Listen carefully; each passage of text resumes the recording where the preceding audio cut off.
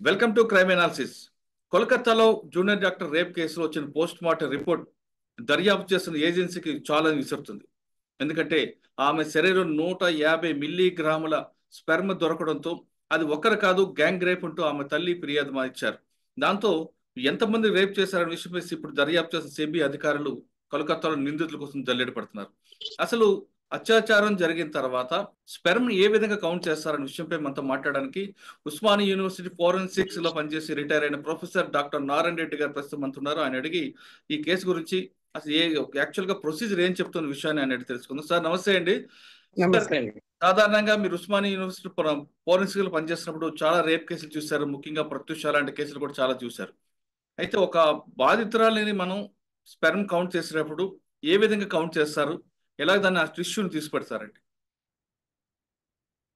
ఇప్పుడు ఒక బాధ్యతరాలను మనం ఎగ్జామ్ చేసేటప్పుడు మనకు ఇన్ఫర్మేషన్ బట్టి స్వాబ్స్ తీస్తాం. అక్కడి నుంచి వాటిని స్టెరైల్ స్వాబ్ యూజ్ చేయాలి. ఎందుకంటే కల్చర్ సెన్సిటివిటీకి మైక్రోబయాలజీ డిపార్ట్మెంట్ లో యూజ్ చేసి మనకు ఏదన్నా వూండ్ ఇన్ఫెక్షన్ వచ్చినప్పుడు ఏ రకమైన బ్యాక్టీరియాతో ఇన్ఫెక్షన్ ఉంది, దానికి ఏ రకమైన యాంటీబయాటిక్స్ పనిచేస్తాయని దానికి తీసేదానికి కేవలం స్టెరైల్, ఈ స్టెరైల్ గాజు ఇవంతా కూడా మైక్రోబయాలజీ ల్యాబొరేటరీలో ఉంటాయి. అవి తీసుకొని వస్తే చేతితో తాకకుండా సర్జికల్ గ్లౌస్ చేతులకు వేసుకొని ముక్కు నోటుకి ఒక క్లాత్ కట్టుకొని ఏ మాత్రం కూడా మనం మాట్లాడుతూ ఉంటే కన్నా తుంపర్లు పడినప్పుడు మన ఓన్ డిఎన్ఏ దానికి పోతుంది. అది స్వాబ్ తీసి ఫ్యాన్ ఎయిర్ కింద నీడలో ఆరబెట్టిన తర్వాత ప్యాక్ చేసి ల్యాబొరేటరీ పంపితే వాళ్ళు మనకు ఒక వారం లోపల డిఎన్ఏ ప్రొఫైలింగ్ ఇచ్చేస్తారు ఈ అర్జెంట్ కేసుల్లో. అంతకంటే ఎక్కువ టైం తీసుకోరు.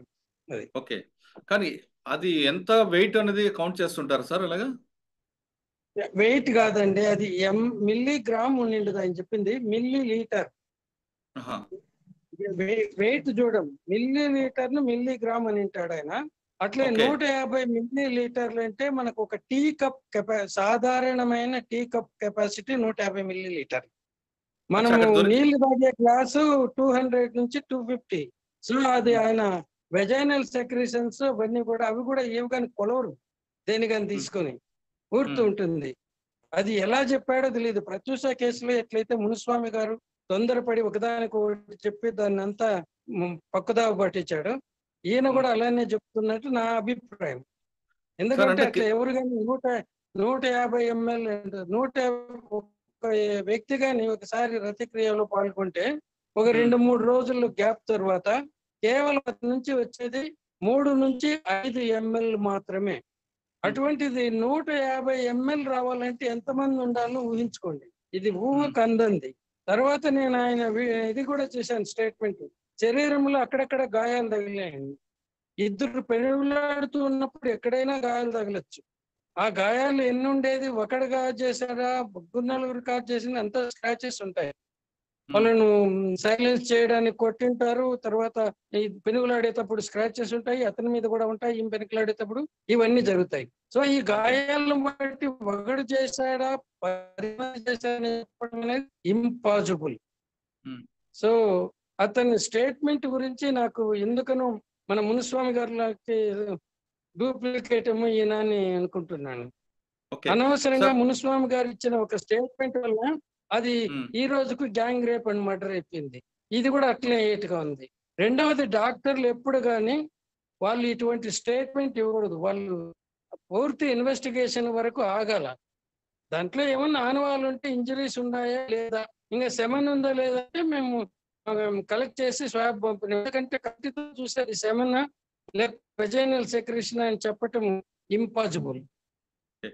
వెజైనల్ సెక్రేషన్స్ కూడా వస్తాయి సెక్స్ అయిపోయిన తర్వాత. చెప్పండి సార్. ఇందాక మీరు చెప్తున్నట్లుగా ప్రతిలో పాల్గొన్నప్పుడు మగవాడి ఎంత క్వాంటిటీ వస్తుందండి? 3 నుంచి 5 ml. అది ఒక 2-3 రోజులన్నా మినిమం గ్యాప్ ఉంటేనే 3 నుంచి 5 ml. మరి ఆయన 150 మిల్లీగ్రాములు అంటున్నారండి. ఆయన మిల్లీగ్రాములని తూకం వేరు, ఆయన 150 ml ఉంటది. 150 ml అంటే మనం ఒక టీ కప్, సాధారణమైన టీ కప్ సైజ్ అది. అచ్చా, అంటే అంత స్పెర్మ్ వస్తుంది అంటారండి? ఇప్పుడు రతిక్రియ జరిగేటప్పుడు లూబ్రికాంట్ ఫ్లూయిడ్ వెజైనల్ వాల్స్ నుంచి ప్రొడ్యూస్ అవుతుంది. అది ఓకే. అందరికీ తెలిసిన విషయమే.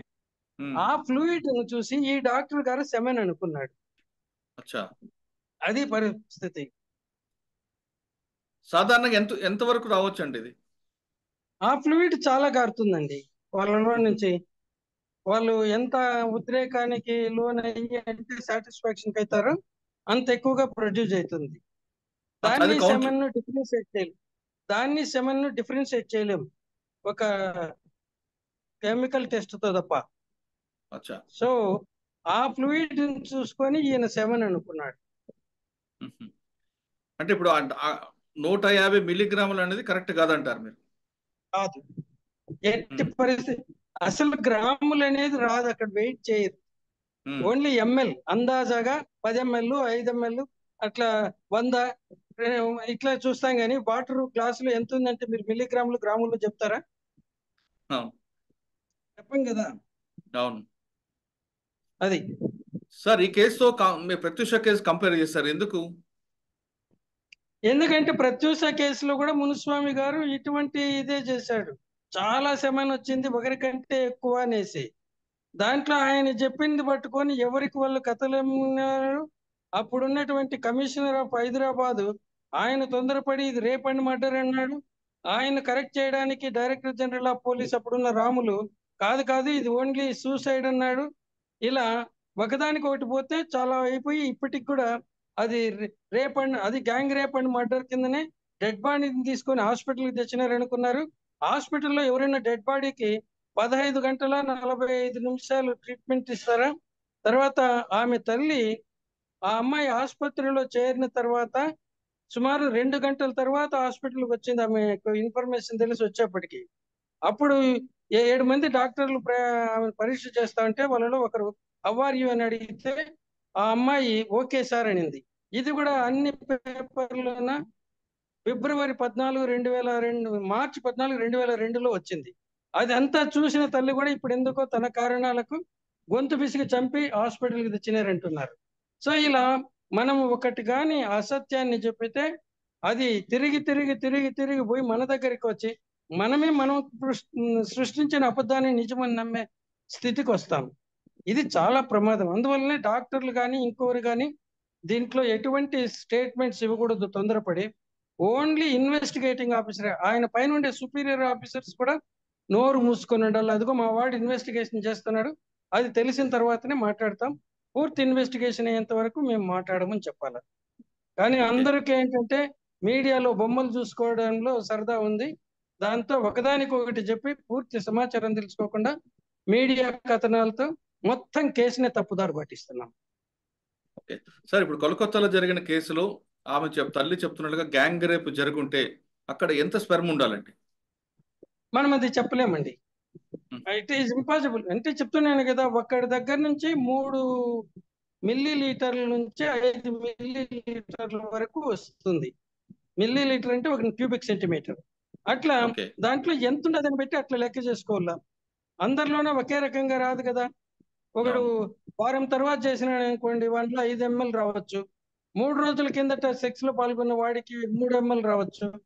లేకపోతే కొద్దిమందికి రోజు మాస్టర్బేషన్ చేసుకునే వాళ్ళు ఉంటారు, వాళ్ళకు హ్మ్. 1-2 ఎంఎల్ వస్తుంది. సో హ్మ్. ఇదంతా వాళ్ళ గ్యాప్ బట్టి ఉంటుంది. సో ఇది అచ్చా. చెప్పడం ఎంతమంది అనేది ఎవ్వరికి సాధ్యం కాదు. ఓకే. సార్, ఫైనల్ గా చెప్పండి ఈ అది కేసు కరెక్ట్ ఊహించి గా. చెప్పడం కూడా తప్పు. ఓకే. సార్, ఫైనల్ గా చెప్పండి. చెప్పండి ఈ కేసు దర్యాప్తు కరెక్ట్ గా జరగాలంటే ఏం చేయాలంటారు post mortem doctors? Post mortem doctor ఏం ఉండదండి దీంట్లో రోలు. ఇంజురీస్ ఏముండాయో చెప్తాడు, దాంట్లో ఏం పరిస్థితులు ఉన్నాయో చెప్పాలా. రెండవది సెమెన్ వెజైనల్ సెక్రెషన్ డిఫరెన్షియేట్ చేయటం వీలు కాదు కంటితో చూసి. ఎందుకంటే ప్రతి వ్యక్తిలోన ఆమెలో సెక్స్ లో పాల్గొన్నప్పుడు కొద్దిసేపు అయిన తర్వాత అక్కడ అది లూజ్ కావడానికి లూబ్రికెంట్ ఫ్లూయిడ్ గా ఆమె లోపలి గోడల నుంచి ఈ వెజైనల్ ఫ్లూయిడ్ సెక్రెట్ అవుతుంది. దాని కలరు సెమెన్ కలరు ఒకటిగానే ఉంటుంది. దాన్ని ఎవరు ఓకే. డిఫరెన్షియేట్ చేయలేరు కంటితో చూసి.